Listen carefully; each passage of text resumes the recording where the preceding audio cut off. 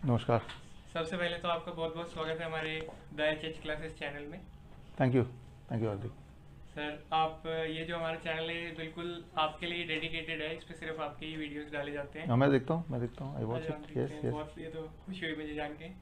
और आपने हमें बहुत सारी मिराकुलस चीज़ें दी हैं, जैसे DIP diet, 3 step flu diet, और अभी रिसेंटली आपने पॉस्चरल मेडिसिन भी दी, जिससे लाखों और करोड़ों लोगों को फ़ायदा हो रहा है। तो आज हम आपके पास कुछ क्वेश्चंस लेकर आए हैं। Yes yes. तो सबसे पहला तो मेरा यही क्वेश्चन है कि आप इंजीनियरिंग बैकग्राउंड के रहे हैं, ये बहुत लोगों को नहीं पता है अभी तक। तो आप न्यूट्रिशन की फील्ड में और नेचुरोपैथी में कैसे आए?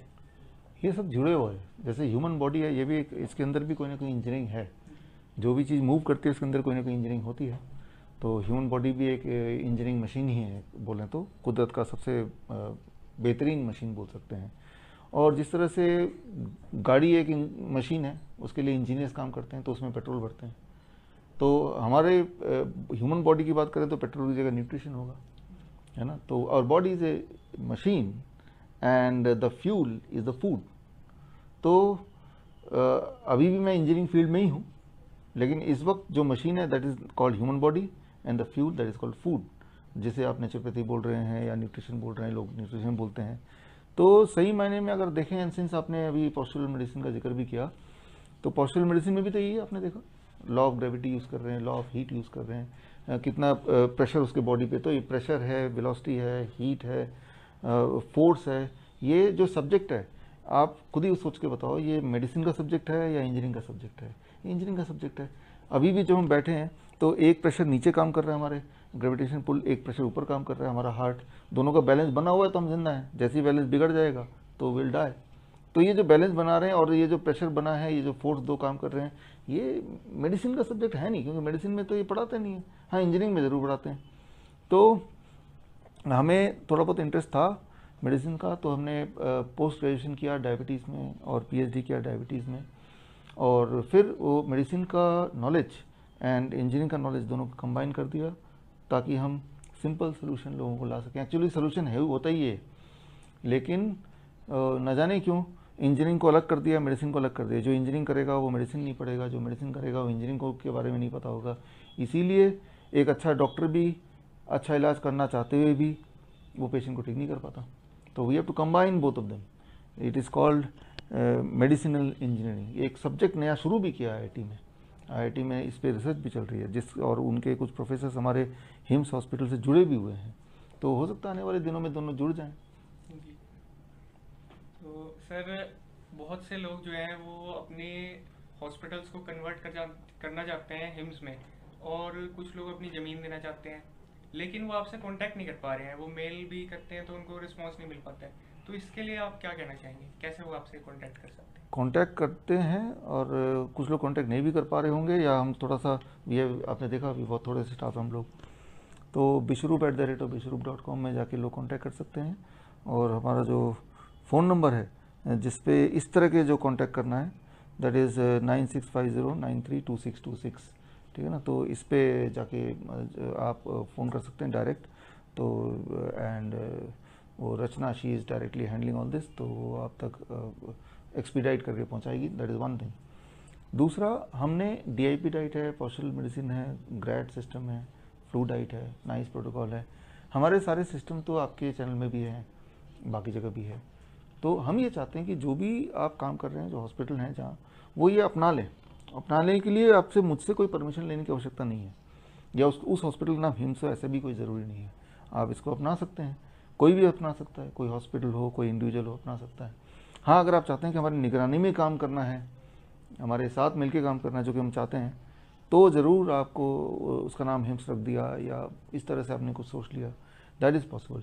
आइडिया क्लियर है कि इंसान ठीक होना चाहिए, कम समय में, कम खर्चे में, and people should not be medicine dependent, people should not be even hospital dependent. मैं तो यहाँ तक बोलता हूँ कि घर में हिम्स हॉस्पिटल होना चाहिए। अपने घर का एक कोने में वो सारा सेटिंग कर दो आप, तो जो भी इंसान ठीक होना चाहता है वो अपने घर में ही ठीक हो सकता है। अल्टीमेटली तो बीमारी लगी रहती है, तो ठीक होने का प्रोसेस भी कॉन्टिन्यूस प्रोसेस है, ठीक है ना। वो ऐसे नहीं कि जैसे नहाते हम रोज़ हैं, यानी कि एक बार नहा लिए ज़िंदगी भर के लिए क्लीन हो गए। Similarly health is a continuous process. तो जब तक हम हॉस्पिटल में निर्भर रहेंगे, तब तक हम पूरी तरह ठीक नहीं हो पाएंगे। ठीक है ना। तो ये सारे तरीके हैं। तो मतलब हर घर को ही हिम्स बनाना पड़ेगा। हाँ, जिस तरह से हर घर में किचन होता है ना, हाँ, हम वैसे तो रेस्टोरेंट भी बाहर में है, हम वो कभी कभी जाते हैं खाने के लिए, किचन हर घर में होता है। ठीक उसी तरह से हर घर में एक छोटा सा आपको जिस तरह की हमें फैसिलिटी चाहिए, बाथटब चाहिए, ग्रेट सिस्टम चाहिए, उसका इंतजाम कर लीजिए घर पे। सर एक आपकी किताब में मैंने पढ़ा था व्हीट ग्रास ओरल थेरेपी के बारे में, वो क्या है?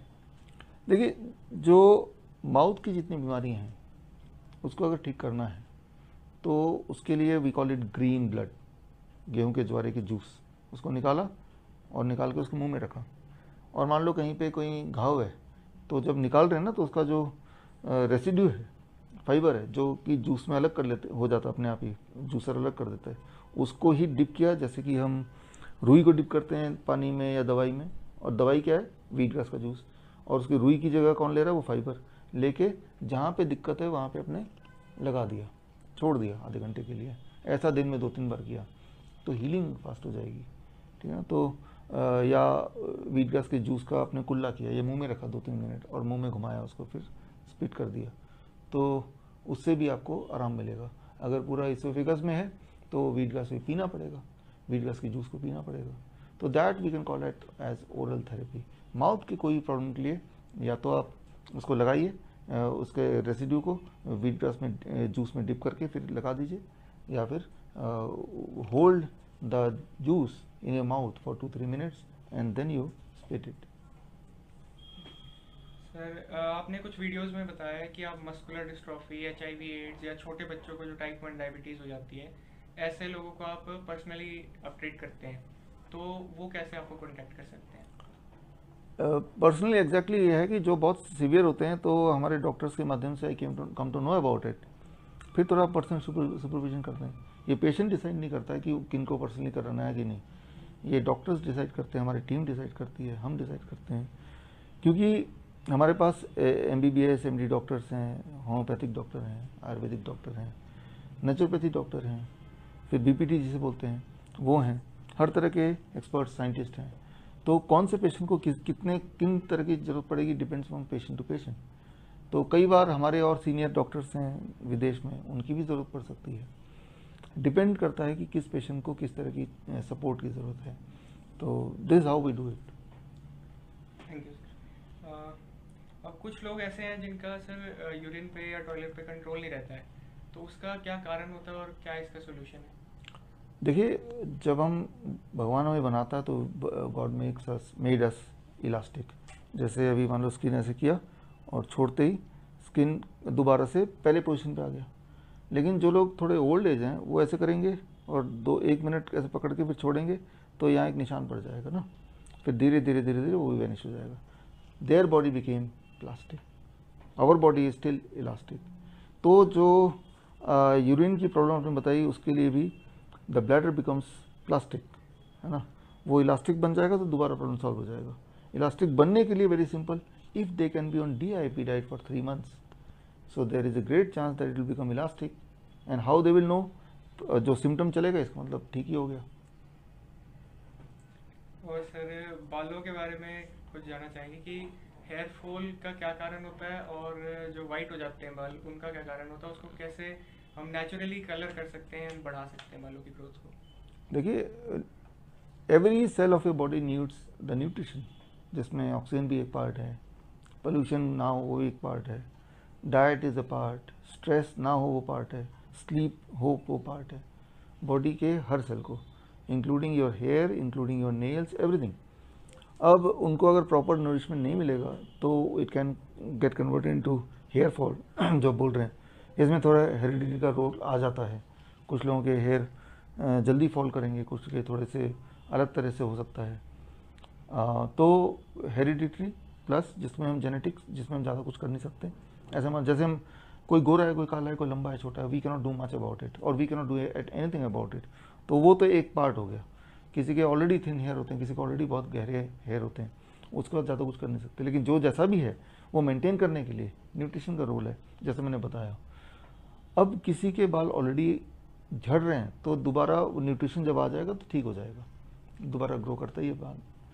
आपका अगला सवाल है इसमें कि बाल सफ़ेद है तो कलर क्या कैसे करें। तो कलर पे मैंने स्टडी किया नहीं है, मेरे खुद के भी काफ़ी ज़्यादा सफ़ेद है, इफ़ यू कैन सी, जो लोग मुझे देख रहे हैं, राइट, नहीं दिख रहे होंगे तो कहीं छुपे होंगे तो नहीं दिख रहे है ना, बट हैं सफ़ेद। तो अच्छा ऐसा करता हूँ मैं, इसका कलर मैं स्टडी करके अपने ऊपर पहले करूँगा, फिर मैं आपको बताऊँगा। तो छोटे बच्चों का भी कोई अलग होता है, जैसे मेरे भी बाल सफ़ेद होते हैं होने लगे?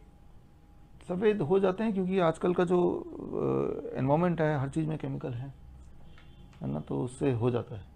As much as you are able to free yourself from chemicals, तो वही आपके पास सोल्यूशन है।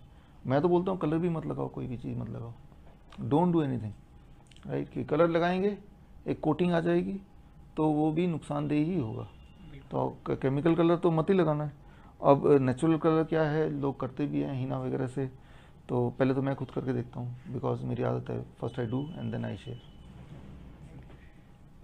सर कुछ छोटे बच्चों में जब बुखार आता है तो उन्हें फिट्स पड़ जाते हैं, तो इसका क्या सॉल्यूशन है और इसका क्या कारण क्या होता है? मतलब फिट्स रेयरली पड़ते हैं, हमेशा नहीं पड़ते, बहुत कम पड़ते हैं, और वो जब भी पड़ते हैं तो कुछ सेकंड पड़ते हैं, 5-6 सेकंड, फिर वो ठीक हो जाता है। वो हार्मलेस होता है, हार्मफुल नहीं होता। जब फीवर, जैसे मान लो मैं एग्जांपल देता हूँ, आपकी गाड़ी चलती है, जब गाड़ी का इंजन गर्म हो जाता है तो गाड़ी रुक जाता है। आपका मोबाइल, आप जब ड्राइव कर रहे हैं, मोबाइल कई बार आप शीशे के सामने वो लगा देते हैं गूगल मैप देखने वगैरह वगैरह के लिए, जब बहुत ज़्यादा गर्म हो जाता है तो आपका मोबाइल भी कुछ देर के लिए बंद हो जाता है, फिर जब उसको ठंडा हो जाता है फिर चालू हो जाता है। ह्यूमन बॉडी भी ऐसी है, जब बॉडी का टेम्परेचर बहुत बढ़ जाएगा तो बॉडी स्विच ऑफ हो जाती है, ब्रेन स्विच ऑफ हो जाता है, switch off, actual switch off नहीं, कुछ फंक्शन स्विच ऑफ हो गया, तो दैट इज़ कॉल्ड सीजर। तो वो देखने में थोड़ा भयानक होता है, बट उसमें यह है कि बच्चे को या बड़े को जिसको भी होगा तो उसको ये देखना है कि उसके आसपास कोई ऐसा धारदार वस्तु ना हो, कहीं वो गिरे ना, आसपास सॉफ्ट चीज़ें हों, इतना ही है, ठीक है ना। या अगर कोई जीभ काट ना ले तो कुछ फंसा दिया, थोड़ा सा ही, बहुत ज़्यादा नहीं, तो अंदर ना चला जाए, तो but it revives on its own, that is very very you से सेफ, और वो कोई ऐसा डेंजरस होता नहीं है। लेकिन इस डर से अगर आप टेम्परेचर कम करने के लिए पैरासीटामोल वगैरह देते हैं तो जिस बच्चे को फिट्स पड़ना वो फिर भी पड़ेगा ही पड़ेगा। तो it cannot, paracetamol cannot prevent a fits, number 1। Number 2, it is a very much function of the body to switch off, similar to the mobile, similar to the engine of the car, जैसे मैंने बताया। तो इसको as a बीमारी ना लेके इसे body का नेचुरल प्रोसेस ले लें तो ज़्यादा चिंता नहीं होगी। जी सर, अभी बहुत से लोगों में जो पुराने समय से चलता आ रहा है कि दही से माइक्रोबायोम बढ़ता है, उसमें लैक्टोबैसिलस होता है, ये ऐसा कुछ भ्रम चलता आ रहा है, तो इसके लिए आप क्या कहना चाहेंगे? हर चीज़ जिसमें गुड बैक्टीरिया होते हैं, they may not be good also, है ना। नाले में भी देखेंगे बहुत सारे बैक्टीरिया गुड होते हैं, तो आपको ये देखना है कि बिसाइड दैट उसमें जो प्रोटीन होता है दैट इज़ एनिमल प्रोटीन, और अक्सर animal protein interfere with our immune system causing autoimmunity. तो जिनको तो ऑटो इम्यूनिटी नहीं हो रही है वो दही वगैरह ले रहे हैं तो लेते रहें, उनकी मर्जी अगर है, मन कर रहा है। लेकिन जो ऑटो इम्यून हो रहा है, जिनको स्किन डिजीज़ है, डायबिटीज़ टाइप 1 है, ब्लड कैंसर है, तो उनको बंद कर देना चाहिए। If there is auto immune reaction, जैसे अर्थराइटिस है, उनको बंद कर देना चाहिए। बंद करने के बाद देखना चाहिए कि हमने बंद कर दिया, क्या हम ठीक होने लगे, क्या हमारे सिम्टम कम होने लगे। अगर सिम्टम कम होने लगे इसका मतलब कल्प्रिट वही दही था या वही दूध था, और अगर लगा तब भी सिम्टम वैसे के वैसे हैं, इसका मतलब कल्प्रिट कोई और भी हो सकता है। हिट एंड ट्रायल भी है थोड़ा बहुत। जी सर, अभी गर्मी के मौसम में बहुत लोगों के नाक में से खून आने लग जाता है और कंटिन्यूसली ब्लीडिंग होती रहती है, तो उसका क्या सोल्यूशन है? देखिए कारण क्या होता है उसका सर? नॉर्मली उसमें क्या सोल्यूशन है कि आपको लेट जाना है, नाक बंद करके मुंह से सांस लो थोड़ी देर, तो क्लॉट हो जाएगा, ठीक हो जाएगा। नॉर्मली तो ऐसे ही करते हैं, रुई लगा लो, राइट, लेट जाओ तो ठीक हो जाता है। लेकिन अगर उसके बियॉन्ड नहीं ठीक हो रहा तो इसका मतलब है कि आपका जो ब्लड है वो, उसमें जो क्लॉटिंग फैक्टर है वो ख़त्म हो गया। जब क्लॉटिंग फैक्टर ख़त्म होगा तो कॉन्टिन्यूस नहीं ब्लड निकलेगा, तो फिर वो स्पेशल सुपरविजन की ज़रूरत पड़ेगी, फिर वो पेशेंट टू पेशेंट वेरी करेगा, ऐसा भी होता है। तो क्या कैसे रोकेंगे, उसका क्लॉटिंग फैक्टर कम हो गया तो। क्लॉटिंग फैक्टर क्यों कम हो गया अगर ये सवाल है, तो उनका कम होगा जो एंटी कोगुलेंट लेते हैं, एस्पिरिन वगैरह लेते हैं, उनका कम हो जाता है कई बार, या किसी दवाई की रिएक्शन से कम हो जाता है। बहुत से और दवाइयाँ जो एंटी कोगुलेंट नहीं होती हैं, वो किसी और काम के लिए होती हैं, लेकिन वो भी खून को पतला कर देती हैं। खून पतला होगा, क्लॉटिंग फैक्टर नहीं होगा, तो जहाँ भी आउटलेट